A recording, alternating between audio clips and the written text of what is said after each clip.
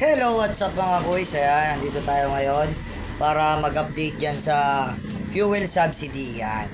Habang naghihiwa tayo dito. So, sa fuel subsidy marami nagtatanong na wala raw yung pangalan nila, kesyo ganito, kesyo ganyan. Ganun ho talaga, hindi kayo nakasama. Kaya nga ho, naglabas si DSWD at si LTFRB ng link na QR code para dun kayo mag-file. Magpapalista kayo ron para maisama kayo. Then, i-verify po yan sa mga company na i-declare nyo dyan.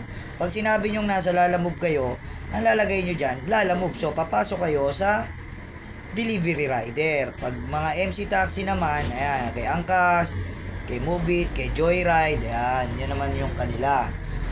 So, maraming nagsasabi, lalo na yung mga post namin. Oh, scam yan, scam. Bakit naging scam? Hindi naman namin kayo kinukuhanan ng pera. Hindi kami mayaman, totoo yan. Pero hindi kami nang-i-scam ng tao para magkapera. Hindi. Ginagawa namin to para makatulong sa rider.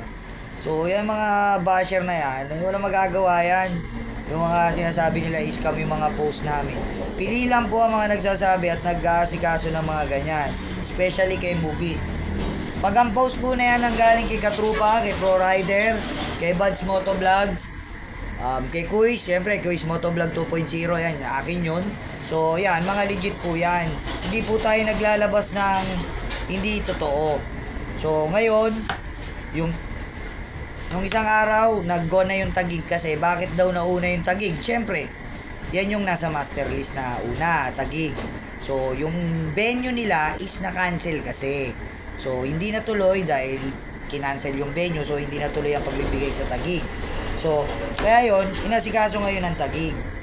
So yun yung ginagawa ng isang araw yata at saka kahapon.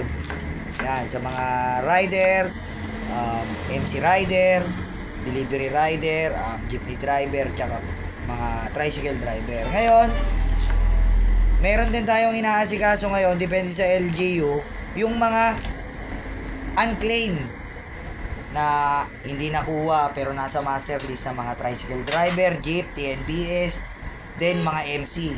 Pero ngayon, iintay po tayo dahil marami nagtatanong. Siyempre, more on tayo sa community ng mga rider, sa delivery, tsaka sa MC. Wala pa pong schedule ngayon, lalo na yung NCR. Kaya, hindi pa po tayo nagpo-post niyan ng meron ng schedule. Wala. Then ako na rin ako, marami nag-PPM, marami nag chat sa atin.